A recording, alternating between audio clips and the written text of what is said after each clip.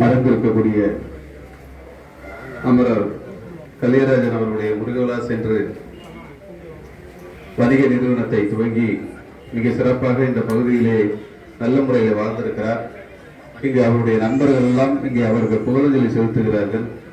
நண்பர்களுக்கு புகழஞ்சலி செலுத்துவதற்கு 10 மணி துணிகள் பத்தாது, பேசிக்கொண்டே இருப்பீர்கள் அவருடைய புகழை பற்றி.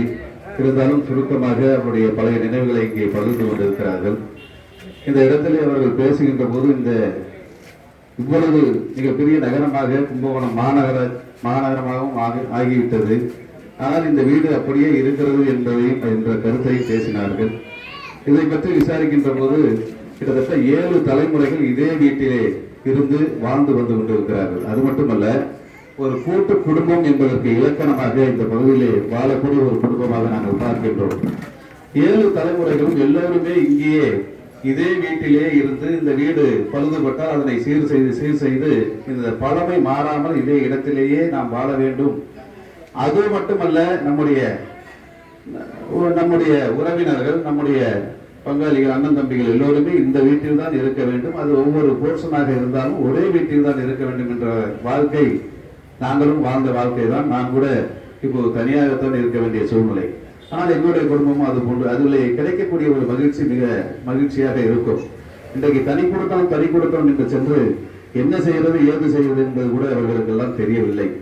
முன்னோர்கள் இருந்தவர்கள், மூத்தவர்கள் இருந்து ஒரு கூட்டு குடும்பமாக இருக்கின்ற போதுதான் அடுத்தடுத்து வரக்கூடிய அந்த வீட்டுக்கு வரக்கூடிய மருமகள் அவர்களுக்கெல்லாம் அந்த குடும்பத்தினுடைய வழிநடப்பை எல்லாம் சொல்லி இப்படி செய்ய வேண்டும், குழந்தை பிறந்த பிறகு இப்படி நடந்து கொள்ள வேண்டும், இப்படி எல்லாம் இருக்க வேண்டும் என்று அவர்களுடைய வழிகாட்டுதலுக்கு பிறகுதான் அந்த குடும்பம் மிக சிறப்பாக இருக்கும்.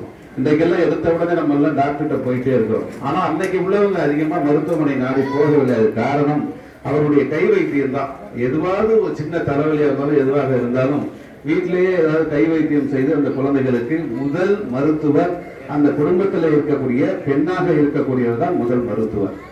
அந்த தாய் தான் அந்த குடும்பத்தை காப்பாற்றுகிறார்.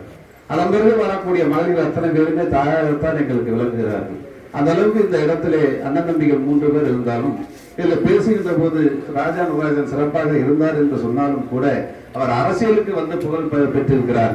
ஆனால் அந்த புகழை பெறுவதற்கு காரணம், அடித்தளம் அந்த குடும்பம் தான் காரணம். அவருடைய அப்பா காங்கிரஸ் கட்சியிலே மிக சிறப்பாக பணியாற்றிருக்கிறார். ஜவஹர்லால் நேரு அவர்கள் இருந்த அந்த புகைப்படத்தை கூட நான் பார்த்தேன்.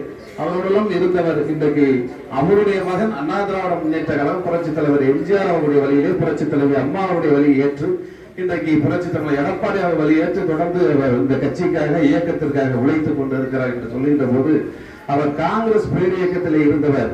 தன்னுடைய மகனுக்காக அவரோடு இணைந்து அந்த அலுவலகத்திலே இருந்து அவர் சொல்லக்கூடிய வேலைகளையும் அவருடைய சிந்தனைகளையும் செயல்படுத்தக்கூடிய ஒரு நண்பராக, தந்தையாக மட்டுமில்லை, ஒரு நண்பராகவும் அவர் அந்த இடத்திலே இருந்து தன்னுடைய மகனை ஒரு அரசியலிலே மக்கள் சமூக சேவையிலே சிறப்பாக செயல்படுவதற்கு ஒரு வாய்ப்பினை ஏற்படுத்தி கொடுத்திருக்கிறார். அவர்களுடைய தந்தையார் கலியராஜன் அவர்களும் புரட்சித் தலைவர் எம்ஜிஆர் வழியில் தான் அவரும் செயல்பட்டு இருக்கிறார். புரட்சித் தலைவர் எம்ஜிஆர் அவர்கள் அடிப்படை காங்கிரஸ்காரர் என்பது எல்லோருக்கும் தெரிந்த உண்மை. அந்த மோகன் அவர்களுக்கு அந்த காங்கிரஸ் பேர் இயக்கத்திலிருந்து தான் பிரிந்து புரட்சித் தலைவர் எம்ஜிஆர் அவர்கள் திராவிட முன்னேற்ற கழகத்தில் இணைகிறார். அண்ணா திராவிட முன்னேற்ற கழகம் உருவாகிறது. ஆக அந்த வழியிலே இன்றைக்கு அண்ணார் அவர்களும் காங்கிரஸ் பேர் இயக்கம் இருந்தாலும் சரி, புரட்சித் தலைவர் எம்ஜிஆர் அவர்களே தன்னுடைய மகனுக்காக அவர் தன்னுடைய வாழ்க்கையை அவர் தியாகம் செய்து கொண்டிருக்கின்றார். இந்த இடத்திலே ஒவ்வொரு நிகழ்வுகளையும் நாங்கள் பார்த்து கொண்டிருக்கின்றோம். அவருடைய தந்தையார் மிக சிறப்பாக வணிகம் செய்தாலும் ஒவ்வொரு மகனும் சிறப்பாக இருப்பதற்கு அவ்வப்போது அவர்களுக்கு தந்தையாக மட்டுமல்லாமல் நண்பராக, தோழனாக இருந்து இங்கே செயல்பட்டிருக்கிறார். அதோடு மட்டுமல்ல, அவருடைய மருமகர்கள் அனைவருமே அவர் இறக்குகின்ற தருவாயில் கூடவே இருந்து அவர்களுக்கு பணிவிடை செய்து மிக அந்த வீடியோ காட்சிகளையும் நாங்கள் பார்த்தோம். அந்த பணிவிடையெல்லாம் செய்து அவர் இறக்கின்ற போது கூட அந்த குடும்பம் ஒரே முகமாக நிற்கின்ற போதுதான் அந்த குடும்பம் வெற்றி அடைகிறது. அதனால கூட்டு குடும்பம் ரொம்ப அவசியம். யாருக்காவது ஒண்ணுன்னா கூட பக்கத்துல நம்ம போய் கூப்பிடறதுக்கு இந்த கூட்டு குடும்பம் எழுந்து வந்து ஒவ்வொருத்தரும் தாங்கி பிரித்துக் கொள்ளக்கூடிய ஒரு வாய்ப்பு இந்த கூட்டு குடும்பத்தில் இருக்கிறது. மிக சிறப்பாக அவர் சமூக சேவை ஆற்றிக் கொண்டிருக்கிறார். மக்கள் பணிகளுக்காக, மக்கள் பிரச்சனைகளை எந்த நேரம் எந்த இடத்தில் குறிப்பிட்டாலும் அந்த இடத்துல கேள்விப்பட்டவர். அவரிடம் இன்னொன்று எனக்கு பிடித்தது, நாங்கள் எல்லாம் ஏதோ ஒரு படத்திறப்பு விழா, நம்முடைய கட்சிக்காரனுடைய படத்திறப்பு விழாவுக்கு நாங்கள் காரில் சென்று கொண்டிருக்கும் போது அவர் இந்த நேரத்தில் அவருடைய வண்டியில டூ வீலர்ல இருசக்கர வந்து வேகமா வந்து கொண்டிருக்கிறார். ஏன்னாக்க நானும் அங்கதான் வர்றோம்பா, ஏங்க சொல்லியிருந்தா நம்ம சேர்ந்து போயிருக்கலாம்ல அப்படின்னு சொல்லுவோம். ஏன்னு சொன்னா எங்கேயாவது கேள்விப்பட்ட பிறகு அந்த கேள்விப்பட்ட நீங்க எப்ப போறீங்க, நானும் வந்து ஒரு மாலை அணிவிக்கிறாரு. என்ன காரணம், அவரும் உற்ற தோழன் அல்ல, அவர் இயக்கத்துக்காக மிக சிறப்பாக அந்த இடத்துல பணியாற்றிருக்கிறார், அந்த ஊராட்சியில பணியாற்றிருக்கிறார். எனவே நானும் அவருக்கு அஞ்சலி செலுத்துகிறேன் என்று அவருக்கு செய்தி தெரிவிக்கப்படாவிட்டாலும் கூட அவர் எங்களோடு வந்து அந்த நிகழ்ச்சியில கலந்து கொண்டிருக்கிறார். அந்த அளவுக்கு ஒரு சிறப்பான ஒரு இயக்கத்திற்காக ஒரு உணர்வு மிக்க ஒரு தொண்டனாக இருந்த காரணத்தினால்தான் அவர் நகர்மன்ற உறுப்பினராக பொறுப்பு வகிக்கிறார். அதன் பிறகு துணைத் தலைவராக வருகிறார். அதன் பிறகு அந்த பொறுப்புக்கு தலைவராகவே வருகிறார் என்ற அளவுக்கு உயர்ந்திருக்கிறார் என்று சொன்னால், திராவிட முன்னேற்ற கழகம் அந்த நகர்மன்றத்தில் பேசுகின்ற போது அந்த பேச்சுக்களுக்கு எதிர்வினை கொடுக்கக்கூடிய ஒரு ஆற்றல் படைத்த ஒரு நபராகத்தான் நம்முடைய ராஜா நடராஜன் போய் உட்கார்ந்துட்டு ஏச்சு. இப்ப கூட மாமன்றத்துல எல்லாம் அடிச்சு நிறவுறாங்க, 3 பேர் இருந்தாலும் கூட அங்க திணறுது அந்த மாமன்றம். அதை அன்றைக்கே செய்தவர். இங்க ஒன்றும் சாதாரண நபர்கள் இல்ல, பத்மநாப சாதாரண நபர்கள் இல்ல, இரா துறையவர்கள் சாதாரண நபர்கள் இல்ல. திராவிட முன்னேற்ற கழகத்தை பொறுத்தவரை அவர்களை எதிர்த்து இந்த இடத்திலே நம்முடைய கழக நிர்வாகிகளோடு அங்கே அவர்களுக்கு எதிர்வினை ஆற்றுவதும், அந்த நகர்மன்றத்திலே மிக சிறப்பாக பேசுவதும், எடுத்து வைக்கக்கூடிய சும்மா பேச்சு கிடையாது, கருத்துக்கள். அந்த கருத்துக்களை எடுத்து வைக்கின்ற போது திமுக கூட இவருடன் தோற்று ஓடிய வரலாறுகளையும் நாம் பார்த்திருக்கிறோம் இந்த நகர்மன்றத்திலே. அப்பேற்பட்ட ஒரு சிறப்பான சமூக சேவை சும்மா பேருக்கு போய் உட்கார முடியாது.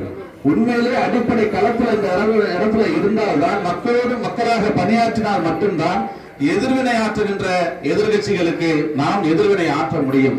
அந்த அளவுக்கு மிக சிறப்பான ஒரு தோழரை நாம் பெற்றிருக்கின்றோம். அவரை பெற்றுத்தந்த நம்முடைய அண்ணா கலியராஜன் அவர்களுக்கு, அவருடைய குடும்பத்தார் அத்துணை பேருக்கும் நாங்கள் இந்த நேரத்தில் என்னுடைய வணக்கத்தையும் வாழ்த்துக்களையும் தெரிவித்துக் கொள்கிறோம். அதே நேரத்தில் இன்றைக்கு நம்ம விட்டு மறைந்திருக்கக்கூடிய நம்ம அண்ணா கலியராஜன் அவர்களுடைய மறைவு அந்த குடும்பத்திற்கு மிகப்பெரிய பேரிழப்பு. ஏனென்றால் அது ஒரு கூட்டு குடும்பம். அந்த கூட்டு குடும்பத்திற்கு ஒரு பேரிழப்பாக அமைந்திருக்கிறது, இயக்கத்திற்கும் பேரிழப்பாக அமைந்திருக்கிறது என்பதை சொல்லி, அண்ணாவுடைய புகழ் என்றென்றும் நிலைத்து நிற்கட்டும். அவருடைய சிந்தனைகளையும் எண்ணங்களையும் அவர் என்ன நினைத்தாரோ அதை செய்வதற்கு அவருடைய வாரிசுகள் பரம்பரைகள் மிக சிறப்பாக செயல்பட வேண்டும் என்று சொல்லி தந்த வாய்ப்புக்கு வணக்கத்தை தெரிவித்து விடைபெறுகிறேன்.